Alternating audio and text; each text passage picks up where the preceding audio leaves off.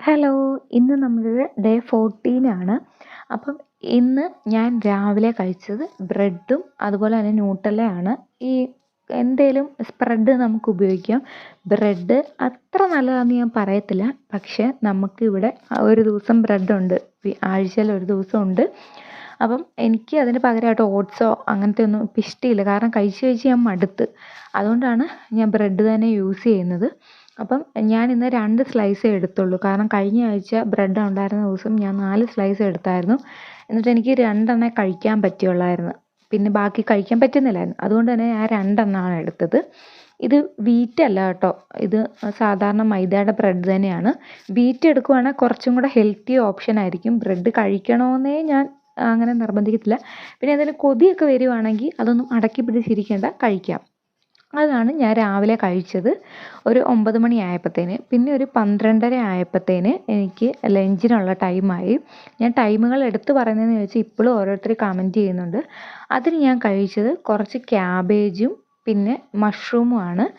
Mushroom നമുക്ക് protein rich ആയിട്ടുള്ളൊരു സാധനമാണ്. അതെല്ലാവർക്കും അറിയാവുന്നൊരു കാര്യമാണ്. പിന്നെ ക്യാബേജ് എടുക്കുമ്പോൾ ഈ തൈറോയ്ഡ് അങ്ങനെയുള്ളവരാണെങ്കിൽ കഴിക്കേണ്ടതില്ല. ബാക്കിയുള്ളവർക്ക് കഴിക്കാം. ഞാൻ എടുക്കുന്ന ഫുഡാണ് കേട്ടോ ഞാൻ കാണിക്കുന്നത്. ഇത് തന്നെ കഴിക്കണമെന്ന് ഞാൻ ആരോടും പറയത്തില്ല.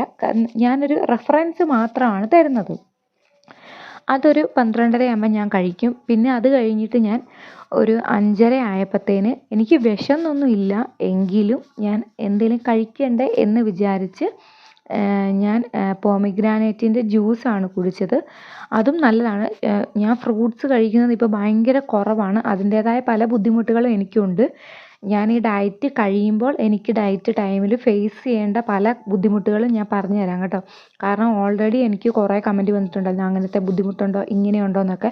പക്ഷെ ഞാൻ ഇല്ലെന്നാണ് പറഞ്ഞത്. പക്ഷെ ഗ്രാജ്വലി എനിക്കും ആ ബുദ്ധിമുട്ടുകൾ വന്നുകൊണ്ടിരിക്കുകയാണ്. അതുകൊണ്ടാണ് ഞാൻ പറയുന്നത് നമ്മൾ ഫ്രൂട്ട്സൊക്കെ കഴിക്കണം. പക്ഷെ എനിക്ക് ഭയങ്കര ഇഷ്ടമില്ല, ഭയങ്കരമായിട്ട് മടിയാണ് ഇതൊക്കെ കഴിക്കാൻ വേണ്ടി. അതുകൊണ്ടാണ് ഞാനിത് കഴിക്കാത്തത്. പക്ഷെ നിങ്ങളത് കഴിക്കാതിരിക്കരുതെന്നാണ് ഞാൻ പറയുന്നത്. കാരണം ഇതൊക്കെ കഴിച്ചാലേ ഉള്ളൂ. ഒന്നാമതെ നമ്മൾ ഫുഡ് നല്ലോണം കൺട്രോൾ ചെയ്യുന്നുണ്ട്. പിന്നെ ഞാൻ പാലും നിർത്തിയായിരുന്നു. കാരണം പഞ്ചസാര ഇട്ടല്ലാണ്ട് എനിക്ക് കാപ്പിയോ ചായയോ കുടിക്കാൻ ഭയങ്കര ബുദ്ധിമുട്ടാണ്. അതുകൊണ്ടാണ് ഞാൻ പാലും നിർത്തിയത്. അപ്പം അതൊക്കെ നമ്മൾ ഒറ്റയടിക്ക് നിർത്തുമ്പോൾ നമുക്ക് പ്രോട്ടീൻ ഭയങ്കരമായിട്ട് കുറയും. പിന്നെ ഞാൻ മുട്ടയും അങ്ങനെ കഴിക്കാറില്ലെന്നല്ല, ഒട്ടും തീരെ കഴിക്കാറില്ല. എനിക്ക് മുട്ടയുടെ ഉണ്ണി എന്ന് പറഞ്ഞ സാധനമേ ഇഷ്ടമല്ല. പക്ഷെ ഒരു എഗ് യോക്കൊക്കെ കഴിക്കുന്നതുകൊണ്ട് ഒരു പ്രശ്നവും ഇല്ല കേട്ടോ. കൂടുതലാകുമ്പോഴാണ് നമുക്ക് പല ബുദ്ധിമുട്ടുകൾ വരുന്നത്. അപ്പോൾ ഒരെണ്ണമൊക്കെ കഴിക്കുന്നതുകൊണ്ട് ഒരു പ്രശ്നവും ഇല്ലെന്നാണ് എനിക്ക് തോന്നുന്നത്. പക്ഷെ ഞാനത് കഴിക്കാറില്ല. പിന്നെയും ഞാൻ വല്ല മുട്ട ബജി അങ്ങനത്തെ വല്ല സാധനങ്ങൾക്കകത്താണ് ഈ മുട്ട കഴിക്കാറ്. അപ്പം അതൊക്കെയാണ് ഫുഡിൻ്റെ കാര്യം പറയുവാണെങ്കിൽ. പിന്നെ നമ്മൾ ഡെയിലി നടക്കുമല്ലോ. നടക്കുന്ന കാര്യം പറയുമ്പോൾ പലരും പറഞ്ഞൊരു കാര്യമുണ്ട്. എൻ്റെ വീഡിയോസ് കണ്ടിട്ട് പലർക്കും കൺവിൻസ് ആയിരുന്നു. കാരണം ജിമ്മിൽ പോകാൻ ടൈമില്ലാത്തവരുണ്ട്, പുറത്തിറങ്ങി നടക്കാൻ മടിയുള്ളവരുണ്ട്. അപ്പം ഞാൻ സാധാരണ വീടിൻ്റെ മുറ്റത്താണ് നടക്കുന്നത്. അതുകൊണ്ട് തന്നെ പലർക്കും അത് കൺവിൻസിങ് ആയിട്ടുണ്ടെന്ന് പറഞ്ഞു. പിന്നെ ഞാനൊരു ടിപ്പും കൂടെ തരാം കേട്ടോ. നമുക്ക് ആരെങ്കിലുമൊക്കെ ഫോൺ വിളിക്കാനുണ്ടെങ്കിൽ ഈ നടക്കുന്ന ടൈമിൽ വിളിക്കുവാണെങ്കിൽ ടൈം പോകുന്നതേ അറിയത്തില്ല. ഞാൻ കൂടുതലും അങ്ങനെയാണ് കേട്ടോ ചെയ്യുന്നത്. ആ ടൈമിലാണ് എല്ലാവരെയും വിളിക്കുന്നത്. അപ്പോഴത്തേനും നമുക്ക് സമയം പോകുന്നതേ അറിയത്തില്ല. നമുക്കൊരു മടുപ്പും തോന്നത്തില്ല. നമ്മുടെ കാര്യവും നടക്കും, നമുക്ക് ഫോണും വിളിക്കുകയും ചെയ്യാം.